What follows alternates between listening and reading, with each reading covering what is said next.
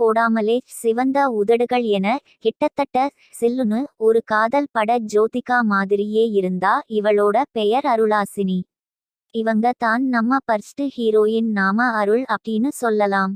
அவளுக்கு பின்னாடியே அமைதியே குணம் என்று முகத்தை பார்த்து முடிவு செய்யக்கூடிய அளவுக்கு இருந்த முகம். ஆனா அது உண்மையல்ல. கிட்டத்தட்ட 6 அடி உயரம், 1 இன்ச் குறைவு, சற்று நீள முகம், வில் போல் வளைந்த புருவம், எப்பவும் சிரிக்கும் கண்கள், குண்டு மூக்கழகிய உதடுகள் என அழகாக குதித்து கொண்டு இறங்கி வந்தாய் இளவேனில். இவங்க தான் நம்ம கதையோடு இரண்டாவது ஹீரோயின். நம்ம இளான்னு சொல்லலாம். இளா, கமதி எங்கள தம்பு. நாங்க நல்ல புள்ளையா அங்க தங்கி இருப்போம். எந்த சேட்டையும் செய்ய மாட்டோம். சீக்கிரம் வீட்டுக்கு வந்துடுறோம். அருள், கதிர் 2 பேரும் இவளை அது எல்லாம் உனக்கே ஓவர் அடிப்பாவி என்ற ரீதியில் பார்த்து வைக்க. மக்களே சாரி சுமதி, இவங்க அம்மா கதிர்வளவன். இவங்க 2 பேருக்கும் தம்பி இளங்கோவன். இவங்க அப்பா. சுமதி, ஏண்டி எதுக்கு என்னோட பேரை சொல்லி கூப்பிடுற? உங்க அப்பாவே என்ன அப்படி கூப்பிட மாட்டாரு. அடுத்து நீ சொன்ன எதையுமே நான் நம்பவே மாட்டேன். இளா, இவங்க 2 பேருகிட்டையும் கைஸ் ரொம்ப ஐஸ் வெச்சிட்டனோ. கதிர், தெரிஞ்சா சரி. அருள், எஸ் மை டியர் உடன்பிறப்பே. இளங்கோ, விடு மதி, பசங்களும் வெளி உலகத்தை பார்க்கணும், புரிஞ்சிக்கணும். அவங்க அங்கேயே தங்கி இருக்கட்டும். கதிர் ஒழுங்கா படிக்கணும். நீங்க 2 பேரும் ஒழுங்கா வேலைக்கு போயிட்டு வரணும். எனக்கு ஏதாவது ப்ராப்ளம் அப்படின்னு தெரிஞ்சா அடுத்து வீட்டுல இருந்து தான்.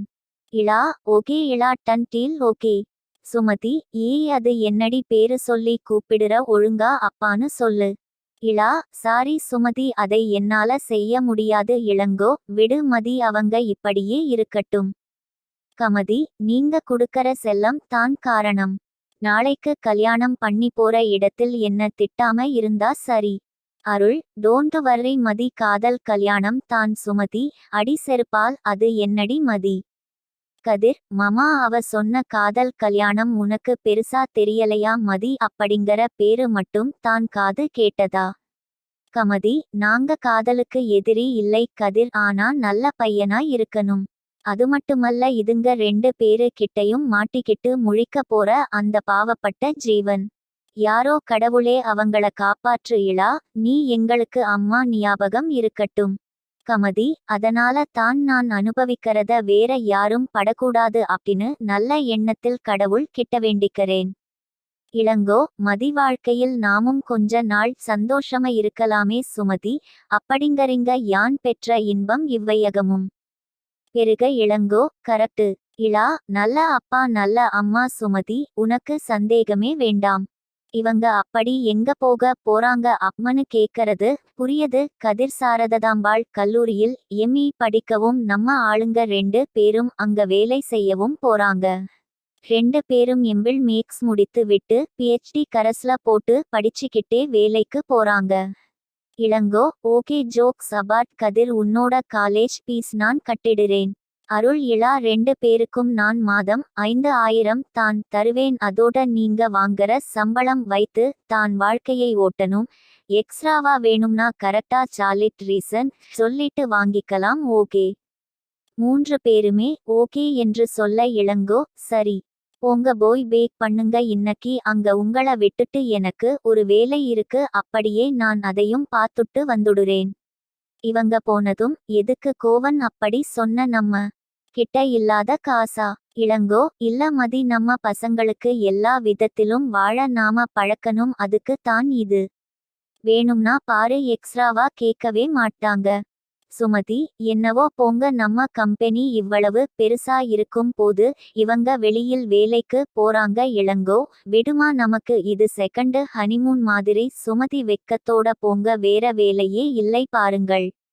அதுங்குள்ள 3 பேரும் கிளம்பி வர அம்மாக்கு பாய் சொல்லிட்டு கிளம்ப 1000 பத்திரம் சொல்லி அனுப்பி வைத்தார். இவங்களை கூட்டிட்டு வந்து காலேஜ்ல ஆசிரியர் தங்குவதற்கு என்று இருந்த இடத்தில் இவர்களை விட்டுட்டு இளங்கோ போயிட்டாரு. இவங்களும் உள்ள வர அது 2 படுக்கை அறை வித் அட்டாச்சிடு பாத்ரூம், ஒரு ஹால், கிச்சன் கொண்ட வீடு. ஒரு அறையில் அருள், இளா இருவரும் எடுத்துக்கொள்ள கதிர் ஒரு அறையை எடுத்துக்கொண்டான். நாளைக்கு வீட்டுக்கு தேவையான பொருட்களை வாங்கி கொள்ளலாம் என இளங்கோ சொன்னதால் அம்மா கொடுத்து விட்ட சாப்பாட்டை சாப்பிட்டு விட்டு தூங்கிட்டாங்க.